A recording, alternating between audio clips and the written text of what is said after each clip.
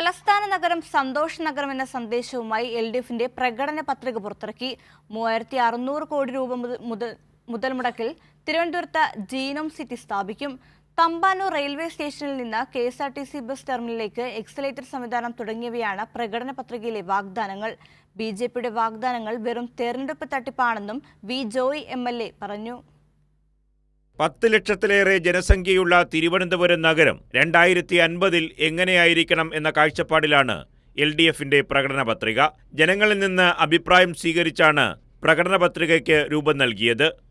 ഈ പ്രകടന പത്രിക ഞങ്ങൾ തയ്യാറാക്കുന്നത് തന്നെ വളരെ ജനകീയമായിട്ടായിരുന്നു. നിങ്ങൾക്ക് ഓർമ്മയുണ്ടായിരിക്കും, നിങ്ങളുടെ സാന്നിധ്യത്തിൽ ഞങ്ങളൊരു ഐഡിയ ബോക്സ് ഞങ്ങൾ സ്ഥാപിച്ചിരുന്നു. എല്ലാ വാർഡുകളിലും ഐഡിയ ബോക്സ് സ്ഥാപിച്ച് ജനങ്ങളുടെ ഒരു പ്രതികരണം കൂടി മനസ്സിലാക്കി, അവരുടെ അഭിപ്രായം കൂടി മനസ്സിലാക്കിയിട്ടാണ് ഞങ്ങൾ ഈ പ്രകടന പത്രിക തയ്യാറാക്കിയിട്ടുള്ളത്.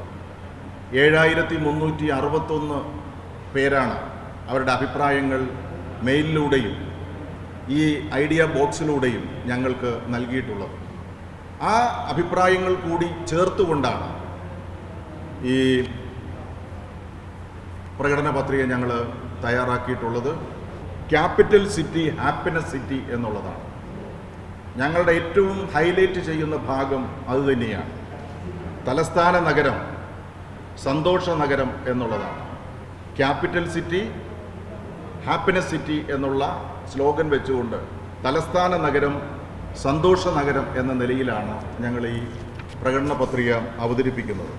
നഗരത്തിൽ ശുദ്ധമായ കുടിവെള്ളം, ഇതിനായി സമഗ്ര മാസ്റ്റർ പ്ലാൻ, വയോജന സൗഹൃദ നഗരം, 10 വാർഡുകൾക്ക് ഒരു വയോജന ക്ലബ്ബ്, നഗരത്തെ സൗന്ദര്യവൽക്കരിക്കും, ഫുഡ് സ്ട്രീറ്റുകളും വായനാവീഥികളും സ്ഥാപിക്കും, മെഡിക്കൽ കോളേജ് ജംഗ്ഷനിൽ അടിപ്പാത തുടങ്ങിയ വാഗ്ദാനങ്ങളും പ്രകടന പത്രികയിൽ ഉണ്ട്.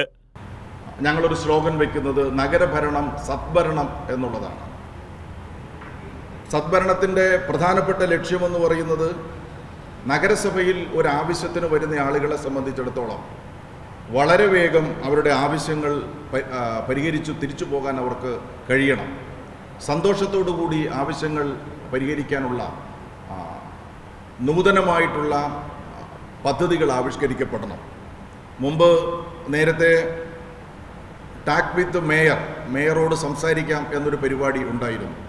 അപ്പോൾ ശിവൻകുട്ടി സാബ് മേയറായിരിക്കുന്ന അവസരത്തിലെല്ലാം അത് കൃത്യമായിട്ട് നടന്നു വന്നു, പിന്നീട് അത് നടന്നു വന്നില്ല.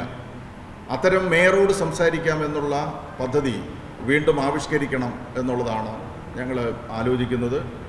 കുടുംബശ്രീ കൂടുതൽ ശക്തമാക്കുന്നതിന് വേണ്ടിയിട്ടുള്ള നല്ല പ്രവർത്തനം നടത്തുകയാണ്.